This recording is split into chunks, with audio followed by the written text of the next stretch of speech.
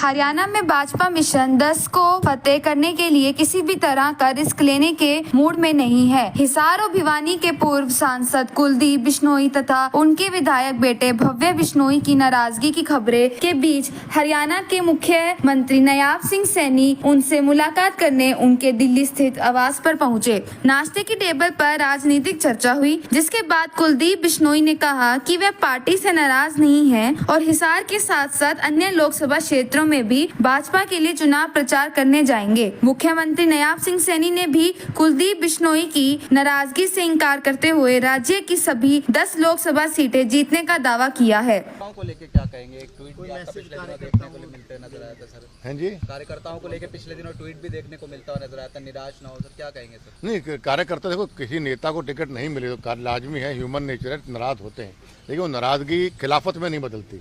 भावना होती है कार्यकर्ता की, और मेरी आपके माध्यम से कार्यकर्ताओं से प्रार्थना है कि दिन रात जुट जाओ। अब पूरे तरीके से हमने पार्टी मोदी जी के हाथ मजबूत करके और हमने सरकार बीजेपी की केंद्र में बनानी है, और आने वाले समय में प्रदेश के अंदर भी हमने बीजेपी की सरकार बना दी। रणजीत चौटाला साहब जीतेंगे हिसार से? बिल्कुल जिता के ले आएंगे हम लोग। कितना मार्जिन? बढ़िया एक तरफा माहौल।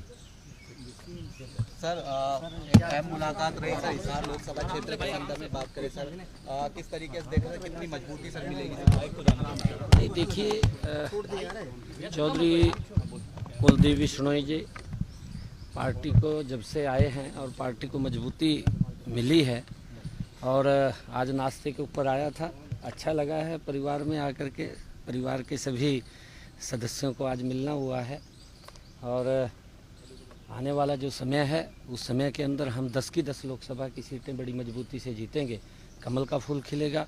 नरेंद्र मोदी जी को तीसरी बार प्रधानमंत्री बनाने में हमारी हरियाणा की अहम भूमिका होगी, और उसके अंदर कुलदीप जी का भी एक हाथ बड़ा उसके अंदर होगा। तो कहाँ कुलदीप जी प्रचार करेंगे सर? भव्य कहाँ करेंगे? वो उसकी बैठ कर के सारी रचना बनती है, योजना बनती है पार्टी के अंदर बैठ कर के, कहाँ कहाँ ड्यूटी लगेगी, क्योंकि जहाँ भी ड्यूटी लगेगी और जिस नेता की भी ड्यूटी लगेगी वहाँ पर वो जाएंगे। सर कांग्रेस अभी तक टिकट अब नहीं बांट पाई है, बीजेपी के तमाम प्रत्याशी मैदान में है सर, लगातार देरी देखने को मिलती हुई नजर है, किस तरीके से उनकी रणनीति को देख रहे हैं? कांग्रेस में मंथन चल रहा है, क्योंकि जो बड़े नेता हैं, चाहे भूपेंद्र सिंह हुड्डा थे, पिछली बार चुनाव लड़े थे, रह गए थे। अब की बार कहीं ना कहीं उनके मन में इस बात का डर है कि अब की बार भी हम हार ना जाएं, और उस हार के डर के कारण वो कहीं ना कहीं मैदान में उतरने से डर रहे हैं, और किसी न किसी के ऊपर कभी किसी पे हाथ रखते हैं, कभी किसी पे हाथ रखते हैं।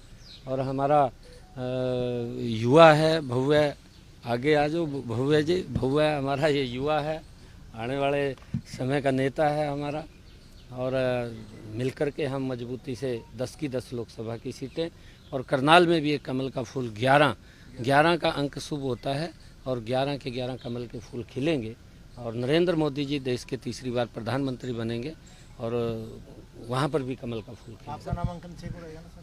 6 तारीख को। सर कांग्रेस के मैनिफेस्टो को लेकर लगातार हम देख रहे हैं कि जो चीज़ें वो देखने को मिलती है। प्रधानमंत्री ने निशाना साधा कि मंगलसूत्र लेने तक का जो काम है वो कांग्रेस कर देगी सर। विरासत टैक्स को लेकर भी कांग्रेस के नेताओं का बयान निकल कर सामने जो बयान दिया है विरासत टैक्स वाला सर, देखिए, क्योंकि उनकी सोच रही है, जिस प्रकार का उनकी सोच है वो जगजाहिर हो जाती है। जो उनका हिडन एजेंडा है, उन्होंने जो मैनिफेस्टो के अंदर दिया है वो भी देश के सामने आया है, जिस प्रकार का उन्होंने कहा है, और उनकी सोच दर्शाती है। वो एक वर्ग की बात करते हैं, मोदी जी 140 करोड़ लोगों की बात करते हैं कि हमारा जो कार्य होगा वो देश के 140 करोड़ लोगों के लिए होगा, और वो कहीं ना कहीं एक विशेष वर्ग को आगे ध्यान में रख करके उसके ऊपर की बातें करते हैं।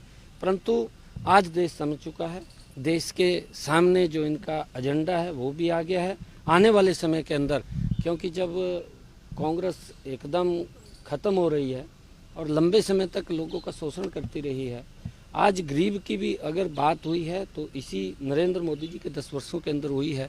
मोदी जी ने जिस प्रकार से एक योजनाबद्ध तरीके से गरीब को मजबूत किया है, देश को मजबूत किया है, देश के अंदर सुरक्षा का भाव आया, अंतर्राष्ट्रीय स्तर के ऊपर भारत कहीं ना कहीं सम्मान की दृष्टि से आज खड़ा हुआ है।